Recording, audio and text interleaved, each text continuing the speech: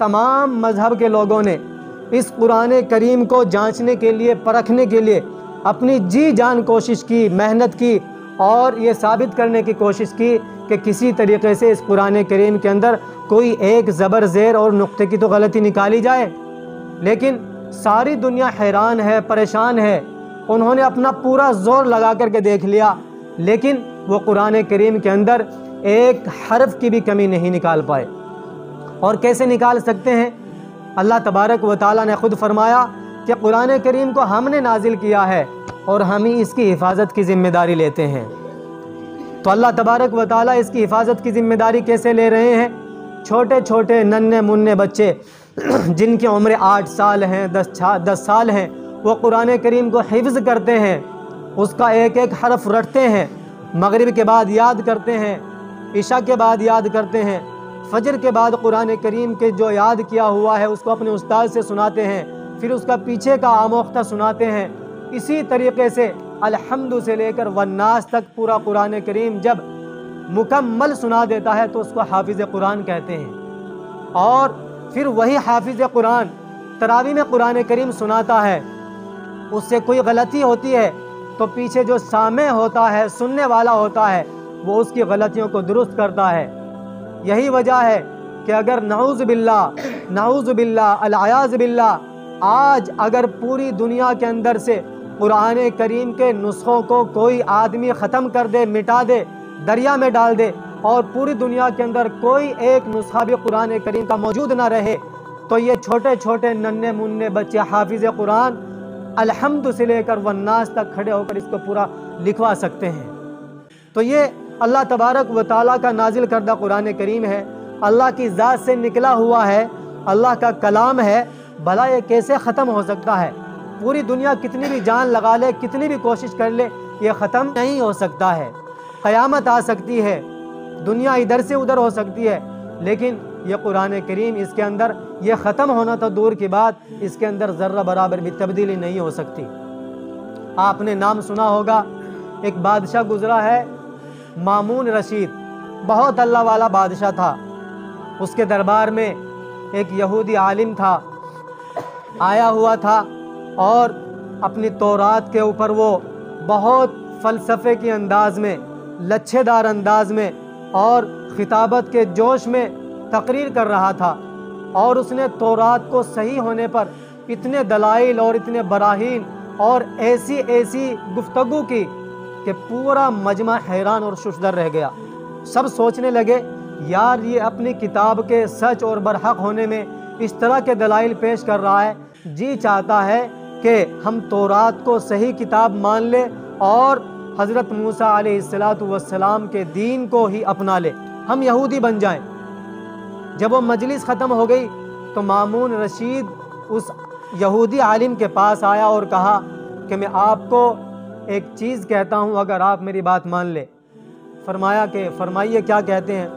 مامون رشید نے کہا کہ میری آپ سے درخواست ہے آپ ایمان لے آئے۔ تو اس نے کہا میں کیسے ایمان لا سکتا ہوں؟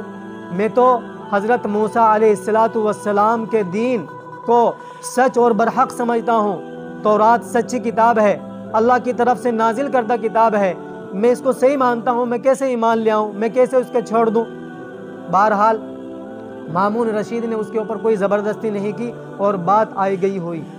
جب 1 سال کے بعد دوبارہ وہ مجلس سجی تو دیکھا وہی آدمی اپنے سر پر بہترین عمامہ اور اسلام کا علم بردار بن کر کے، اسلام کا ترجمان بن کر کے اس مجلس میں شریک ہے، اور وہ اسلام کی طرف سے ایسے دلائل، قرآن کریم کے برحق ہونے پر ایسے دلائل دے رہا ہے کہ پورا مجمع حیران ہو گیا، پریشان ہو گیا، ششدر ہو گیا کہ بھئی یہ ایسے دلائل کہاں سے دے رہا ہے۔ جب مجلس ختم ہو گئی تو مامون رشید نے اس سے کہا کہ بھائی مجھے ایسا لگتا ہے کہ تم وہی ہو کہ جس سے میں نے پچھلے 1 سال پہلے کہا تھا کہ بھئی تم ایمان لے آؤ، تم جو چاہو مجھ سے قیمت لے لینا، لیکن تم نے انکار کر دیا تھا۔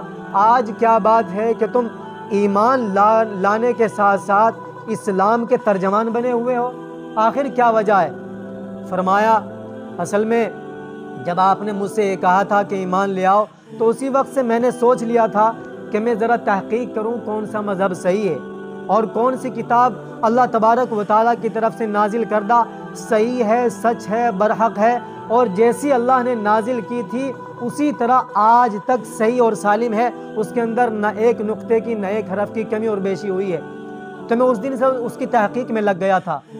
اللہ تبارک و تعالیٰ نے مجھے ایک چیز عطا فرمائی ہے، مجھے ایک فن عطا فرمایا ہے کہ میں بہت بڑا کاتب ہوں، بہت اچھا لکھنا جانتا ہوں۔ تو میں نے تورات کے 3 نسخے لکھے، اور ان تورات کے 3 نسخوں کو لکھ کر کے میں تورات کے عالم کے پاس لے کر کے گیا، مختلف علماء کے پاس، اور لے جا کر کے ان کی خدمت میں پیش کیا اور کہا کہ میں نے تورات کے یہ نسخے لکھے ہیں، آپ اگر قبول فرما لیں گے تو یہ میری قسمت کے لیے اور میری آخرت کے لیے بہت بہتر ہوگا۔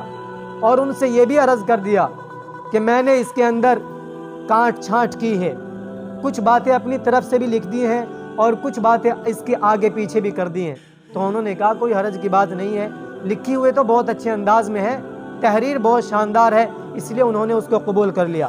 اسی طریقے سے انجیل کے 3 نسخے لکھے اور انجیل کے علماء کے پاس لے کر کے گیا۔ اسی طریقے سے زبور کے 3 نسخے لکھے، ان کے علماء کے پاس لے کر کے گیا، انہوں نے بلا چون و چرا ان کو قبول کر لیا اور قبول کر کے اس کو کچھ انعام سے بھی نوازا۔ قرآن کریم کے بھی اس نے اسی طریقے سے 3 نسخے لکھے اچھی تحریر کے اندر، لیکن اس کے اندر بھی اس نے تبدیلی کی، یہاں کی صورت وہاں لکھی اور وہاں کی صورت یہاں رکھی، اس کے اندر جتنی تبدیلی کر سکتا تھا اتنی تبدیلی کی۔ اور اس وقت کے جو علماء تھے، بغداد جو مشہور شہر ہے اور علم کا گڑھ سمجھا جاتا تھا، وہاں لے کر کے گیا اور ان کی خدمت میں پیش کیا کہ میں نے قرآن کریم اپنے ہاتھ سے لکھا ہے، اس کو قبول فرما لیجئے۔ اس قرآن کریم کے نسخے کو کھول کر کے انہوں نے دیکھا تو دیکھا یہاں کی صورت آگے اور یہاں کی صورت پیچھے، اس کے اندر خوب تبدیلیاں ہوئی ہیں۔ تو فوراً وہ سمجھ گئے کہ اس نے اس کے اندر تبدیلی کی ہے۔ اس نے کہا کہ بھئی یہ قرآن کریم تو کہاں سے لایا ہے، ایسا لکھ کر کے کہاں سے لایا ہے؟ اگر مسلمانوں کو پتہ چل گیا تو وہ تجھے زندہ نہیں چھوڑیں گے بلکہ تجھے ختم کر دیں گے، تجھے قتل کر دیں گے، لہٰذا اگر تو غنیمت سمجھتا ہے تو اپنی جان بچا کر کے یہاں سے نکل جا۔ وہ اپنی جان بچا کر کے وہاں سے نکلا اور کسی دوسرے عالم کے پاس لے کر کے دوسرا نسخہ لے کر کے گیا، اس نے بھی یہی حشر کیا۔ تیسرے کے پاس گیا، اس نے بھی یہی حشر کیا۔ تو مامون رشید سے کہنے لگا کہ اس دن میری یہ بات سمجھ میں آئی کہ ہو نہ ہو یہ قرآن کریم ہی سچی کتاب ہے، اس قرآن کریم کے اندر آج تک کوئی تبدیلی نہیں ہوئی ہے۔ بقیہ جتنی کتابیں اللہ تبارک و تعالیٰ کی طرف سے نازل کردہ ہیں ان کے اندر تبدیلیاں ہو چکی ہیں، جیسی اللہ نے ان کتابوں کو نازل کیا تھا وہ آج دنیا کے اندر اس طریقے سے موجود نہیں ہے۔ اگر کوئی کتاب ایسی موجود ہے کہ جو صحیح ہو، سالم ہو، برحق ہو، سچی ہو، اس کے اندر نہ ایک حرف کی زیادتی ہوئی ہو نہ کمی ہوئی ہو تو وہ قرآن کریم ہے۔ تو میں نے سوچا کہ بھئی یہی مذہب سچ ہے، یہی مذہب برحق ہے۔ اس دن سے ہی میں نے اسلام قبول کر لیا اور اسلام کی تبلیغ کے لیے، اسلام کی تشہیر کے لیے میں نے اپنے آپ کو وقف کر لیا۔